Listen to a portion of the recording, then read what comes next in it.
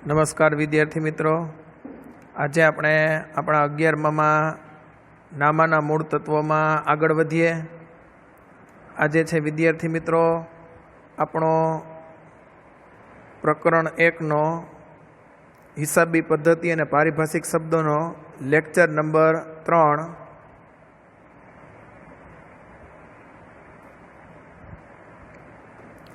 ઘણા બધા વિદ્યાર્થીના ફોન મેસેજ હતા કે સાહેબ આ પારિભાષિક શબ્દ છે એ ફરી પાછો સમજાવો. એટલે વિદ્યાર્થીઓની ડિમાન્ડને અનુરૂપ આપણે મિલકતો પારિભાષિક શબ્દો છે એ ફરી પાછો રિપીટ કરીએ છીએ. હજી હું બધા વિદ્યાર્થીઓને ફરી પાછી એકવાર સૂચના આપી દઉં છું કે પારિભાષિક શબ્દો જે એકાઉન્ટના છે, ટર્મિનોલોજી તમને એક વખતમાં નહીં સમજાય. એટલે 11મા ધોરણની અંદર આપણે પાર્ટ 1 જેટલો ભણશું એ પાર્ટ 1માં દરેક જગ્યાએ આ ટર્મિનોલોજી આવશે અને દરેક જગ્યાએ જેટલી વખત આવશે એટલી વખત હું તમને પાછું સમજાવીશ. ઉપરાંતમાં 12મું ધોરણ જ્યારે શરૂ થાય ત્યારે 12મા ધોરણની અંદર હું તમને પારિભાષિક શબ્દો છે એ પાછા સમજાવવાનો જ છું. બરાબર? એટલે તમે પારિભાષિક શબ્દોનું બહુ ટેન્શન ન લ્યો. ઘણા વિદ્યાર્થીઓ એવું પૂછે છે કે સાહેબ આ મિલકતને આ શું કામ કહેવાય? તો અમુક વસ્તુ વિદ્યાર્થી મિત્રો તમે આગળ બધાય જેમ જેમ જશો એમ તમને કન્સેપ્ટ ક્લિયર થતા જશે, પછી તમને આવડશે. એનું કારણ એક જ છે કે તમે 1 થી 10 ધોરણની અંદર ક્યાંય એકાઉન્ટ ભણ્યા નથી. એકાઉન્ટ તમે ફર્સ્ટ ટાઈમ ભણો છો. એટલે એક જ ઘામાં તમને મગજમાં સીધી બધી વસ્તુ આવી જાય એવું જરૂરી નથી. એકાઉન્ટ તમને 11મા ધોરણની અંદર સીધું મગજમાં નહીં બેસી જાય. ધીમે ધીમે તમને દરેક વસ્તુ કન્સેપ્ટ ક્લિયર થશે. આપણે આગળ જાશું એમ 4-4, 5-5 વાર વસ્તુ હું તમને સમજાવીશ, ત્યારે જઈને તમને મગજમાં બેસશે. કારણ કે અકાઉન્ટિંગ છે એમાં થોડુંક તમારે લોજિકલી ચાલવાનું હોય. બરાબર? પ્રેક્ટિકલે છે એકાઉન્ટ છે એ પણ થોડુંક લોજિકલી જવાનું હોય. જ્યારે શરૂઆતમાં આપણે ટર્મિનોલોજી સમજી છીએ ત્યારે તમારે જે હું તમને વસ્તુ કહેવા માગું છું એ તમારે બહુ ઊંડા ઉતરીને સમજવાનો પ્રયત્ન નથી કરવાનો, કોમન સેન્સનો ઉપયોગ કરવાનો છે. ઘણા બધા વિદ્યાર્થીઓ છે ને અહીંયામાં ઊંડા બહુ ઉતરી જાય છે. ઊંડા ઉતરી જાય ને એટલે એને 50 પ્રકારના વિચાર આવે કે આ આમ કેમ આમ જ થાય. તો ભાઈ આ ગણિત નથી, આ એકાઉન્ટ છે. એટલે એકાઉન્ટની અંદર તમારે બહુ ઊંડું નથી ઉતરવાનું. ઉપર આપણે અત્યારે છબછબિયા જ મારવાના છે. અને અકાઉન્ટિંગની જે ટર્મિનોલોજી છે એમાં કોમન સેન્સનો ઉપયોગ કરવાનો છે. સૌથી વધારે અકાઉન્ટિંગની અંદર હોશિયાર વિદ્યાર્થીઓ જે 10મા ધોરણના છે એને તકલીફ થશે. કારણ કે એને દરેક વસ્તુ એકદમ ઊંડા ઉતરીને સમજવાનો એની ટેવ હોય છે. એટલે એને એકાઉન્ટમાં શરૂઆતમાં તકલીફ પડશે જ. બરાબર? કારણ કે એકાઉન્ટની અંદર તમારે કોમન સેન્સનો ઉપયોગ કરવાનો હોય. બહુ ઝાઝી બધી બુદ્ધિ કે આઈક્યુની જરૂર નથી. બરાબર? હવે બીજી વખત મારે તમને આવો લેક્ચર ઓનલાઈન ન દેવો પડે એનું ધ્યાન રાખજો. ઓકે? તો આપણે આગળ વધીએ. ન સમજાય તો 50 વખત પૂછવાની છૂટ છે, હું ના નથી પાડતો. બરાબર? ચાલો, આપણે લાસ્ટ ટાઈમ મિલકતોના પ્રકાર જોયા હતા. તો મિલકતોના મુખ્ય 2 પ્રકાર છે, વાસ્તવિક મિલકત અને અવાસ્તવિક મિલકત. ઓકે? ઘણા વિદ્યાર્થીઓ પૂછતા હતા કે સાહેબ આના વાસ્તવિક મિલકત શું કામ કહેવાય? પણ ભાઈ હજી અવાસ્તવિક મિલકત આપણે સમજ્યા જ નથી. તો તમને આ વાસ્તવિક મિલકત છે કેમ ખબર પડે? ડિફરન્સ તમને ત્યારે જ ખબર પડે જ્યારે તમે 2 વસ્તુ જોવો ત્યારે. બરાબર? હજી તો મેં તમને લાસ્ટ ટાઈમ વાસ્તવિક મિલકત જ સમજાવ્યું હતું. તો વાસ્તવિક મિલકત કોને કહેવાય? તો કે જે મિલકત વાસ્તવિક રીતે અસ્તિત્વ ધરાવતી હોય અને જેને રોકડમાં રૂપાંતર કરી શકાય એને વાસ્તવિક મિલકત તરીકે ઓળખવામાં આવે છે. અવાસ્તવિક મિલકત આપણે હજી બાકી જ રાખી છે. હવે વાસ્તવિક મિલકતના આપણે 2 પ્રકાર છે હતા. મુખ્ય 2 પ્રકાર ક્યાં ક્યાં? તો કે એક કાયમી મિલકતો અને બીજું ચાલુ મિલકતો. કાયમી મિલકતો કોને કહેવાય? તો કે એવી મિલકતો કે જે ધંધામાં કાયમ માટે ઉપયોગમાં લેવામાં આવતી હોય એવી મિલકતો એટલે કાયમી મિલકતો. કે જેનો સમયગાળો 1 વર્ષથી વધુ હોય, કે જે ધંધામાં વારંવાર ખરીદવામાં ન આવતી હોય, એટલે કે એની કિંમતમાં રોજબરોજના વ્યવહારોને કારણે ફેરફાર ન થતો હોય એને કાયમી મિલકત કહેવાય. જેમ કે જમીન, મકાન, પ્લાન્ટ યંત્રો, ફર્નિચર, મશીનરી એ આપણે રોજ નથી લેવાની. એક વખત લઈ લીધી એટલે પૂરું થઈ ગયું.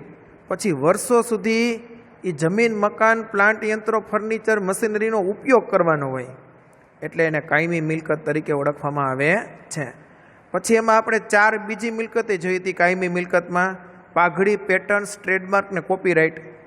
તો એ આપણે થોડુંક આજે વધારે સમજવા પ્રયત્ન કરશું. બીજી છે ચાલુ મિલકતો. તો ચાલુ મિલકતો એટલે જેની કિંમતમાં રોજબરોજના વ્યવહારોને કારણે ફેરફાર થાય, વારંવાર ફેરફાર થાય તો એને ચાલુ મિલકત કહેવાય. કે જેનો સમયગાળો 1 વર્ષથી ઓછો હોય એટલે સમગ્ર વર્ષ દરમિયાન એની કિંમતમાં વારંવાર ફેરફાર થતો હોય તો એને ચાલુ મિલકતો તરીકે ઓળખવામાં આવે છે. જેમ કે રોકડ સિલક છે, તો એ આપણી મિલકત તો છે જ, પણ ધંધામાં રોજબરોજના વ્યવહાર થાય એના કારણે રોકડની આવક જાવક સતત ચાલુ હોય એટલે રોકડ સિલકમાં વારંવાર ફેરફાર થતો હોય.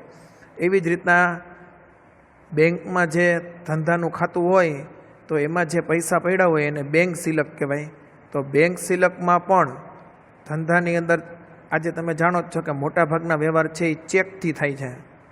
તો આપણે ચેકના વ્યવહારો ધંધામાં સતત થતા હોય તો એના કારણે શું થાય તો કે બેંકની સિલક છે એમાં સતત વધઘટ થયા જ રાખે એટલે બેંક સિલક પણ ચાલુ મિલકત છે. પછી ધંધાનો માલ સ્ટોક. ધંધામાં જે માલ સ્ટોક છે એ પણ ચાલુ મિલકત છે. ધંધામાં જે માલ સ્ટોક પડ્યો છે તો એ એક પ્રકારની મિલકત છે. ખ્યાલ આવે છે બધાને?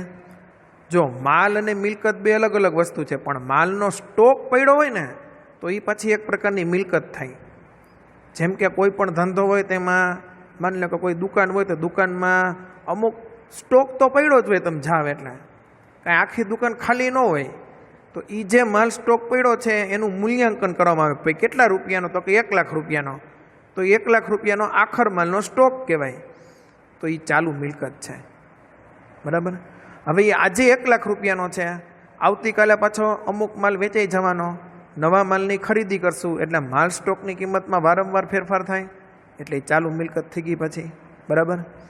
હવે કાયમી મિલકતમાં પાછા 2 પ્રકાર પડ્યા હતા આપણે: દ્રશ્ય મિલકત અને અદ્રશ્ય મિલકત. તો દ્રશ્ય મિલકતોમાં જમીન, મકાન, પ્લાન્ટ યંત્રો, ફર્નિચર, મશીનરી, વાહનો એ કાયમી પણ દ્રશ્ય મિલકત છે. જ્યારે પાઘડી, પેટર્ન્સ, ટ્રેડમાર્ક, કોપીરાઇટ આ 4 અદ્રશ્ય મિલકત. તમારે અત્યારે ખાલી આ 4 નામ યાદ રાખવાના છે. 1-2 છોકરીએ મેસેજ એવો મૂક્યો હતો કે સાહેબ કોપીરાઇટ શું કામે મિલકત કહેવાય? તો ભાઈ પાઘડી, પેટર્ન્સ, ટ્રેડમાર્ક ને કોપીરાઇટ આ 4 અદ્રશ્ય મિલકત છે. એ કોઈ પેઢી પાસે હોય ને તો એના કારણે માર્કેટમાં એની છાપ વધી જાય, એના કારણે એનો ધંધો વધી જાય. તો એક પ્રકારની મિલકત છે. આપણી પાસે કેમ જમીન હોય, મકાન હોય, ફર્નિચર હોય તો એ રાખવું જ પડે કે નહીં? બરાબર? તમે જમીન, મકાન, ફર્નિચર વગરનો બાયણે ચાદર પાથરીને ધંધો કરતા હોય તો કોઈ તમારા પાસે વસ્તુ લેવા આવે? ન આવે. તો એ જમીન, મકાન, યંત્રો, ફર્નિચરની કેમ ઉપયોગી છે ધંધામાં? એવી રીતના કોઈ પેઢી પાસે પાઘડી હોય, પેટર્ન્સ હોય, ટ્રેડમાર્ક હોય, કોપીરાઇટ હોય ને તો એ માર્કેટમાં એની એક છાપ છે, એના કારણે એનો ધંધો વધી જાય છે. એટલે એકાઉન્ટ એને પણ મિલકત તરીકે ગણે છે અને એ મિલકત આપણે જોઈ નથી શકતા એટલે એને અદ્રશ્ય મિલકત તરીકે ઓળખવામાં આવે છે. ક્લિયર બધાને? તો થોડુંક ડિટેલમાં આપણે જોઈ લઈએ ફટાફટ. તો મિલકતો એટલે જે ચીજ વસ્તુઓ ખરીદવાનો હેતુ વેચાણનો ન હોય પરંતુ ધંધામાં ઉપયોગી બને તે હેતુથી ખરીદવામાં આવે તો એને આપણે મિલકત તરીકે ઓળખીએ છીએ.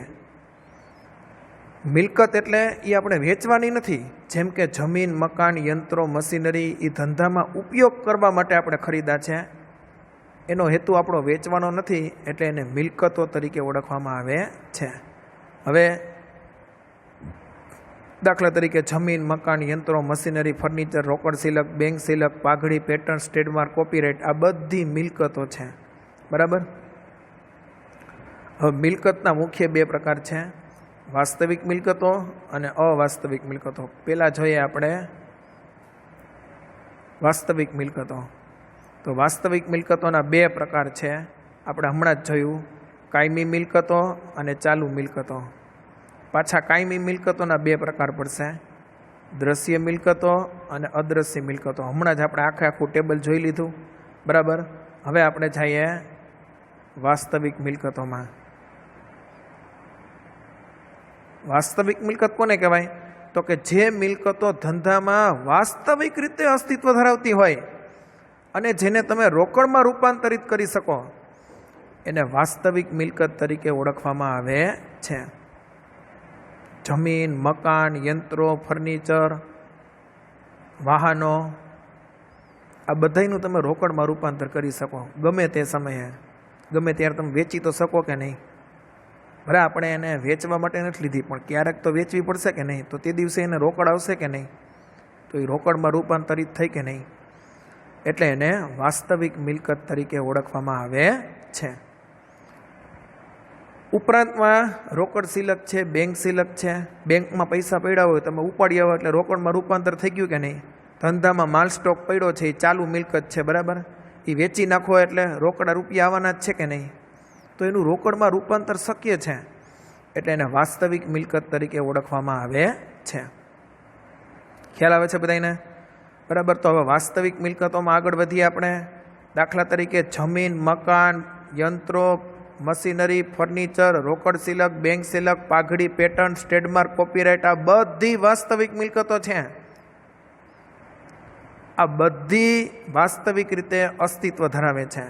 હવે વાસ્તવિક મિલકતના મુખ્ય બે પ્રકાર, કાયમી કે સ્થિર, જેની કિંમત વારંવાર નથી બદલાવાની એટલે સ્થિર, અને ચાલુ મિલકત એટલે અસ્થિર, કે જેની કિંમતમાં વારંવાર ફેરફાર થવાનો છે, એને ચાલુ મિલકત અથવા તો અસ્થિર મિલકત તરીકે ઓળખવામાં આવે છે. હવે જોઈએ આપણે કાયમી મિલકતો. તો કાયમી મિલકતો કોને કહેવાય? તો કે જે મિલકતો લાંબા સમયના ઉપયોગના હેતુસર ખરીદવામાં આવે ધંધા માટે, તો એને કાયમી મિલકતો તરીકે ઓળખવામાં આવે છે. જેમ કે જમીન, મકાન, યંત્રો, ફર્નિચર, વાહનો, આ બધું કેવું છે? તો કે એ આપણે લાંબા સમયના ઉપયોગના હેતુથી ખરીદીએ છીએ, એટલે એને કાયમી મિલકત તરીકે ઓળખવામાં આવે છે. ઉપરાંતમાં પાઘડી, પેટન્ટ, ટ્રેડમાર્ક, કોપીરાઇટ છે ને, એ કાયમી મિલકત જ છે. એ એટલા માટે કાયમી મિલકત છે કે એની કિંમતમાં રોજબરોજના વ્યવહારોને કારણે ફેરફાર નથી થતો. એટલે જો બધી વસ્તુ બધાને લાગુ ન પડે, એટલે તમને હું કહું છું કે તમે ઊંડા ન ઉતરો બહુ, બરાબર. કોમન સેન્સનો ઉપયોગ કરો. અત્યારે તમારે ખાલી એટલું જ યાદ રાખવાનું છે કે જેમ જમીન, મકાન, યંત્રો, ફર્નિચર ને વાહનો આ બધી દ્રશ્ય મિલકત છે, એ કાયમી મિલકત છે. અને પાઘડી, પેટન્ટ, ટ્રેડમાર્ક, કોપીરાઇટ છે, એ કાયમી મિલકત છે, પણ એનો વ્યૂ જુદો છે. પાઘડી, પેટન્ટ, ટ્રેડમાર્ક, કોપીરાઇટ શું કામ કાયમી મિલકત છે? તો કે કાયમી મિલકતનો બીજો એક પોઈન્ટ એવું કે છે કે એની કિંમતમાં વારંવાર ફેરફાર નથી થતા. તો પાઘડી, પેટન્ટ, ટ્રેડમાર્ક, કોપીરાઇટ છે ને, એ રોજબરોજના વ્યવહારોના કારણે એની કિંમત ચેન્જ નથી થવાની, એટલે એ કાયમી મિલકત છે. સમજાય છે બધાને? બરાબર. તો કાયમી મિલકતના મુખ્ય બે પ્રકાર પડશે પાછા, દ્રશ્ય મિલકત અને અદ્રશ્ય મિલકત. દ્રશ્ય મિલકત એટલે કેવી મિલકત? તો કે જેને તમે જોઈ શકો, ટચ કરી શકો, સ્પર્શ કરી શકો, એને દ્રશ્ય મિલકત કહેવાય.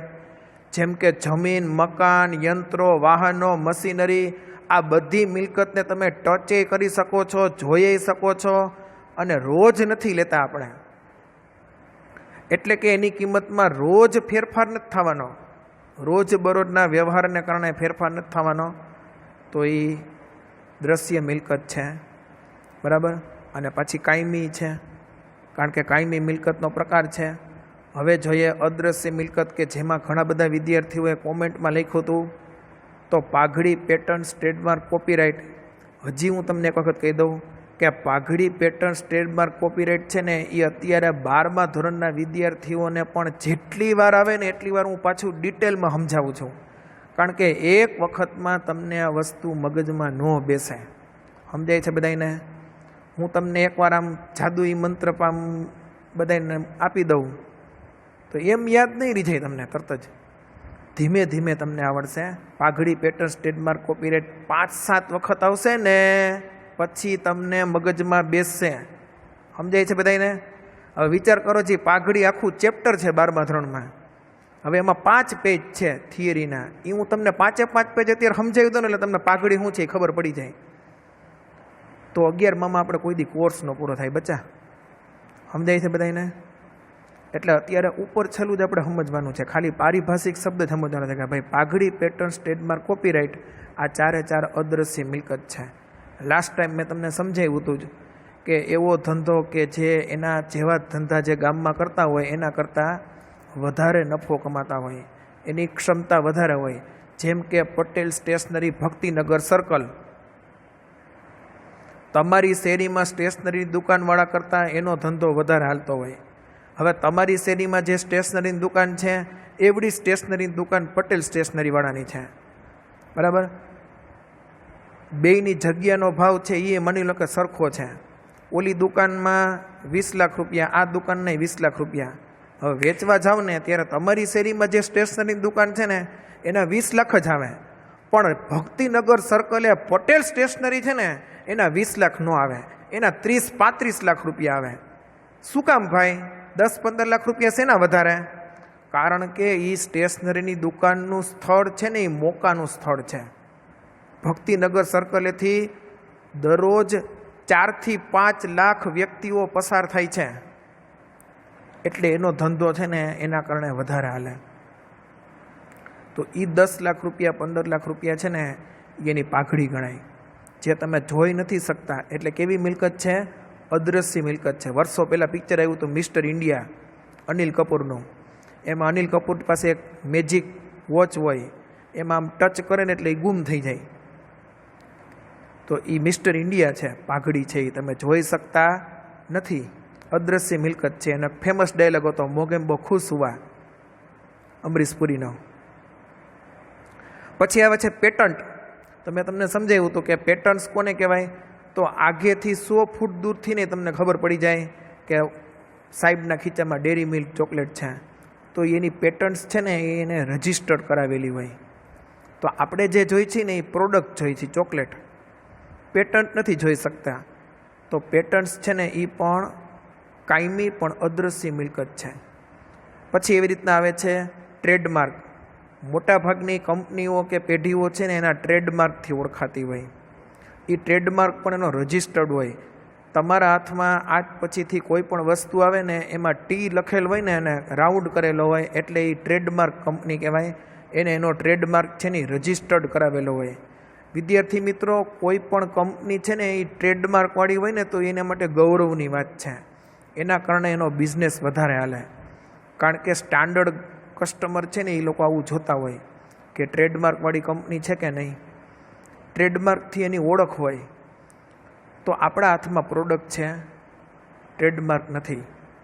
એટલે ફરી પાછું કહું છું કે ટ્રેડમાર્ક પણ અદ્રશ્ય મિલકત છે. કોઈ પણ કંપની પાસે ટ્રેડમાર્ક હોય ને, એનો લોગો હોય, આપણી કેમ કડવીબાઈનો લોગો છે, બરાબર? તમે યુટ્યુબમાં આ વિડીયો ખોલશો એટલે સાઈડમાં ડાબી બાજુ લોગો આવશે, બરાબર? તો એ દૂધિયા કલરનો જે લોગો તમને દેખાય છે તો એ આપણી કડવીબાઈ સ્કૂલનો ટ્રેડમાર્ક છે. એનાથી કડવીબાઈ સ્કૂલ ઓળખાય છે, બરાબર? દરેક શાળા પાસે એવો લોગો નથી હોતો. તો એ ટ્રેડમાર્ક હોવો ને એ એક પ્રકારની, એનાથી માર્કેટમાં તમારી વેલ્યુ વધી જાય, તમારો ધંધો વધી જાય, તમારો નફો વધી જાય. એટલે મિલકત તો છે જ, પણ તમે જોઈ નથી શકતા. એટલે કેવી મિલકત છે? અદ્રશ્ય મિલકત છે. અને છેલ્લે આવે છે કોપીરાઇટ. એક છોકરીએ પ્રશ્ન પૂછ્યો હતો કે સાહેબ કોપીરાઇટ મિલકત કેવી રીતના થાય? તો ભાઈ કોપીરાઇટ તો બહુ મોટી વસ્તુ છે. બાહુબલી પિક્ચર જ્યારે આવ્યું ત્યારે થિયેટરની અંદર એની ટિકિટનો ભાવ 350-400 રૂપિયા હતો. રિલાયન્સ મોલમાં બિગ સિનેમા આપણે જોવા જાય તો, બરાબર? અને ભક્તિનગર સર્કલે ઓલો સીડીનું રેકડ લઈને ઊભો રહીએ, એમાં 40 રૂપિયાની સીડી આવે, એમાં આપણે આખું ઘર સીડીમાં જોઈ લઈએ પિક્ચર. પણ એ સીડીમાં આપણે પિક્ચર જોઈએ ને તો એ ગુનો છે. બિગ સિનેમાવાળા અને રિલાયન્સવાળા છે ને એ આપણી ઉપર કેસ કરી શકે. કેસ કરે તો આપણને જેલ પણ થાય. શું કામે? તો કે બાહુબલીના તમામ રાઇટ્સ છે ને એ ટિપ્સ કંપનીને આપવામાં આવ્યા હતા. ટિપ્સ નામની કંપની છે ફિલ્મ ઇન્ડસ્ટ્રીઝની અંદર, એના કોપીરાઇટ ટિપ્સ કંપનીને આપવામાં આવ્યા હતા. એટલે એની સીડી બહાર પાડવાનો હક છે ને માત્ર ટિપ્સ કંપનીને જ હોય. તો ટિપ્સ કંપની પાસે બાહુબલીના કોપીરાઇટ હોય ને તો એ ટિપ્સ કંપનીની અદ્રશ્ય મિલકત થઈ જાય. પાઠ્યપુસ્તક શાળા મંડળ છે ગુજરાતનું, તો પાઠ્યપુસ્તક કોને બહાર પાડવાના? તો કે ગુજરાત સરકારને જ બહાર પાડવાના. એનું પાઠ્યપુસ્તક શાળા મંડળ છે, તો એની પાસે કોપીરાઇટ છે એ. બરાબર. તમે એસપીની કે ગુજરાતીની કે ઇંગ્લિશની કે એકાઉન્ટ સ્ટેટની ટેક્સ્ટ બુક ઝેરોક્સ કરાવો ને એટલે તમારી ઉપર જેલ થાય ને એવડો દંડ છે સરકારનો. એટલે કરતું નથી કોઈ, જોવાવાળું ન હોય એટલે. તો એ ગુજરાત સરકાર પાસે એ ટેક્સ્ટ બુક બહાર પાડીને ત્યારે એની પાસે આ કોપીરાઇટ છે. એ કોપીરાઇટનો આખો ડિપાર્ટમેન્ટ જુદો હોય, ત્યાં એની પાસે જઈને કોપીરાઇટ્સ લેવા પડે. બરાબર. કોઈ પણ વ્યક્તિ ગમે એ આલિયો માલિયો મેં આ બુક બહાર પાડી નાખી અને હું એમાં લખી નાખું કે આની કોઈએ કોપી કરવી નહીં, એમ ન હાલે. એની પ્રોસેસ હોય ગવર્મેન્ટની, એ પ્રોસેસમાંથી તમારે પાસ થવું પડે, ત્યારે જઈને તમને કોપીરાઇટ મળે એના. અને એ કોપીરાઇટ તમને મળી જાય ને એટલે તમારી કોપી દુનિયાની અંદર કોઈ કરી શકે નહીં. તો એ તમારી મિલકત થઈ ગઈ. એટલે અદ્રશ્ય મિલકત છે. અકાઉન્ટ એને મિલકત ગણે છે. લોકો ગણે કે ન ગણે એ નથી જવાનું તમારે. તમે છે ને તમારી રીતના વિચારો છો, તમારું લોજિક બંધ કરી દેવાનું છે. અકાઉન્ટિંગનું લોજિક છે ને એ તમારે શીખવાનું છે. બરાબર. તો કોપીરાઇટ પણ અદ્રશ્ય મિલકત છે. તો વિદ્યાર્થી મિત્રો, આટલું તો આપણે લાસ્ટ ટાઈમ જોયું હતું, મેં તમને પાછું રિપીટ કરાવ્યું છે. હવે ચાલુ મિલકતો આપણે છેલ્લે ચાલુ હતી. તો ચાલુ મિલકતો કોને કહેવાય? તો કે જે મિલકતોનો સમયગાળો 1 વર્ષથી ઓછા સમયનો હોય અથવા તો જેની કિંમતમાં વારંવાર ફેરફાર થતા હોય. હવે ચાલુ મિલકતો મારે તમને 10 સમજાવવાની છે, પણ બધી હું અત્યારે લખી નાખીશ ને તો હમણાં કોમેન્ટમાં નીચેથી આવી જ રાખશે, એ સાહેબ બોલું ન સમજાણું, એ સાહેબ આ ન સમજાણું. તો એ ધીમે ધીમે તમને સમજાશે. અત્યારે તમને સમજાઈને એવી ચાલુ મિલકત જ મેં મૂકી છે ઉદાહરણમાં, જેમ કે રોકડ સિલક, બેંક સિલક, માલ સ્ટોક. દેવાદારો હમણાં જવા દેજો, એ તમને નહીં સમજાય. અત્યારે લેણી હુંડી લેખી હજી, એ જવા દેજો. અત્યારે ખાલી 3 જ સમજો: રોકડ સિલક, બેંક સિલક ને માલ સ્ટોક.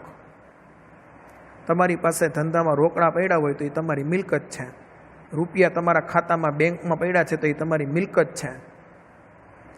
તમારા ધંધામાં માલ સ્ટોક પડ્યો છે તો એ તમારી મિલકત છે. પણ ધંધામાં રોજબરોજના વ્યવહાર છે એ કેવા થાય? તો કે માલની ખરીદીને માલનું વેચાણ, માલની ખરીદીને માલનું વેચાણ, માલની ખરીદીને માલનું વેચાણ. હવે એના કારણે શું થાય? તો કે ધંધાની અંદર રોકડમાં સતત ફેરફાર થાય રોજબરોજના વ્યવહારોના કારણે. બેંકનું જે ખાતું છે એમાં બેંક સિલકમાં વારંવાર ફેરફાર થાય. ધંધામાં જે માલ સ્ટોક છે એ આજે જુદો હોય, કાલે જુદો હોય, પરમદી જુદો હોય, કારણ કે સતત ખરીદી વેચાણ ચાલુ જ હોય. તો આ ત્રણેય મિલકત છે, પણ કેવી મિલકત છે? ચાલુ મિલકત છે, જેની કિંમતમાં વારંવાર ફેરફાર થાય છે. તો એ ચાલુ મિલકત છે. વિદ્યાર્થી મિત્રો, આ બધી વાસ્તવિક મિલકતો છે. કાયમી મિલકતો હોય, ચાલુ મિલકતો હોય, દ્રશ્ય અદ્રશ્ય, આ બધી જ વાસ્તવિક મિલકતો છે. શું કામ એને? તો કે તમે સમજી તો શકો કે હાલો કાંઈ વાંધો નહીં, પાઘડી, પેટર્ન, ટ્રેડમાર્ક, કોપીરાઇટ નથી દેખાતી, પણ મિલકત તો છે જ ને. કારણ કે એ તમારો હક છે. તમારી પાસે પાઘડી હોય, તમારી પાસે પેટર્ન્સ હોય કોઈ પણ વસ્તુની, તમારો ટ્રેડમાર્ક લોગો છે, તો માર્કેટમાં તમારી છાપ આખી અલગ થઈ જાય. તમારી પાસે કોઈ પણ વસ્તુના કોપીરાઇટ છે તો તમારી દુનિયામાં કોઈ કોપી ન કરી શકે, તો એ તમારી એક મિલકત છે. આ બધી તમે સમજી શકો હજી. પણ જે મિલકત જ નથી, તમે કોઈ કાળે સ્વીકારશો નહીં કે સાહેબ આ તો મિલકત થાય જ નહીં, એને અવાસ્તવિક મિલકત કહેવાય. જોજો એકાઉન્ટમાં કેવું કેવું આવે એ બધી. જે મિલકતો ભૌતિક રીતે અસ્તિત્વ ન ધરાવતી હોય, મેં તમને કીધું ને કે તમે સ્વીકારશો જ નહીં કે આ મિલકત છે, એને અવાસ્તવિક મિલકત કહેવાય. એનું રોકડમાં રૂપાંતર ન થાય, એને અવાસ્તવિક મિલકત તરીકે ઓળખવામાં આવે છે. જેમ કે કેટલા પહેલાં તો લક્સ ને જ સાબુ આવતા, બરાબર. પછી તો હવે લીરીલ ને ઓલુન સિન્થોલ ને કેટલાય સાબુ આવી ગયા, એટલે લક્સનો ધંધો ઘટી ગયો. હવે લક્સવાળા જાહેરાત ખર્ચ તો કરતા જ, નાની મોટી જાહેરાત તો ટીવીમાં આપતા જ, નાના મોટા બેનર મારતા, બોર્ડ મારતા. પણ બીજી બધી કંપની સાબુની આવી ને, પતંજલિની સાબુ આવ્યા, એટલે એને ટક્કર આપી. લક્ષનો ધંધો ઓછો થઈ ગયો. હવે એને શું કરવું પડે? તો કે મોટા પાયે જાહેરાત કરવી પડે. એટલે એને કર્યું શું? તો કે એને એક નવો ચીલો ચિત્રો. અત્યાર સુધી આવી જે બધી સાબુ છે, ક્રીમ છે, એની જાહેરાતમાં લેડીઝ આવતી. લક્ષવાળાએ છે ને નવો ચીલો ચિત્રો એને શાહરૂખ ખાનને બ્રાન્ડ એમ્બેસેડર બનાવ્યો લક્ષનો. શાહરૂખ ખાન લક્ષના હાબુથી નતા બોલે કે લક્ષથી જ દવાઈ. એટલે શાહરૂખ ખાનના ચાહકો તો દુનિયાના હોય આખા ઇન્ડિયામાં. એટલે લોકો લક્ષ સાબુ ખરીદવા માટે લલચાય. હવે શાહરૂખ ખાનને લક્ષવાળાએ કેટલા આપ્યા છે? તો કે શાહરૂખ ખાનને લક્ષ કંપનીએ 50 કરોડ રૂપિયા આપ્યા, માની લો કે. હવે તમે વિચાર કરો જી કે જો લક્ષ કંપનીવાળા એના હિસાબો તૈયાર કરે તો 50 કરોડનો ખર્ચો તો એને ખાલી શાહરૂખ ખાનનો થઈ ગયો ધંધામાં જાહેરાત માટે. તો એને જાહેરાત ખર્ચ ન કહેવાય. મોટા પાયે ખર્ચ થાય ને ત્યારે એને જાહેરાત ઝુંબેશ ખર્ચ કહેવાય. શું કામ એને? તો કે એક વખત શાહરૂખ ખાનને 50 કરોડ આપ્યા, પછી શાહરૂખ ખાનનો જલજલો હજી લોકો વિચારે કે 10 વર્ષ સુધી તો હજી રહેવાનો જ છે. તો એ 50 કરોડ રૂપિયાનો એકવાર ખર્ચ કર્યો ને એનો લાભ કંપનીને 10 વર્ષ સુધી મળવાનો છે. જેમ જમીન લીધી તો ધંધાને લાભ મળે છે એનાથી, મકાન લીધું તો એનાથી ધંધાને લાભ થાય છે, મકાનનો યુઝ થાય ને. એમ શાહરૂખ ખાનને 50 કરોડ આપ્યા તો ધંધાને 10 વર્ષ સુધી લાભ થાય છે. તો આ જે જાહેરાત ઝુંબેશ ખર્ચ છે ને એ ખરેખર તો ખર્ચ છે, પણ એકાઉન્ટ એને મિલકત તરીકે ઓળખાવે છે. એ અવાસ્તવિક મિલકત છે જાહેરાત ઝુંબેશ ખર્ચ. વિદ્યાર્થી મિત્રો, અવાસ્તવિક મિલકત તો તમારે 10 વખત આવશે ને ત્યારે જ તમને સમજાય. હો, તાત્કાલિક નહીં સમજાય, મગજમાં નથી ઉતરે એમ. કારણ કે અવાસ્તવિક મિલકત છે જ નહીં, છતાંય મિલકત છે એટલે તો એને અવાસ્તવિક મિલકત કહેવામાં આવે છે. સ્થાપના ખર્ચ. આપણે ધંધાની શરૂઆત કરી હોય જ્યારે આપણે મોટા પાયે ઉદ્ઘાટન કરીએ, લોકોને જમાડીએ, ભજીયા ખવડાવીએ, આઈસ્ક્રીમ ખવડાવીએ. શું કામ એને કરવામાં આવે છે આ ખર્ચ? માની લો કે હમણાં જ એક મારો સ્ટુડન્ટ છે ને લોકડાઉન પહેલાં જેને મોબાઈલની દુકાન શરૂ કરી, બરાબર.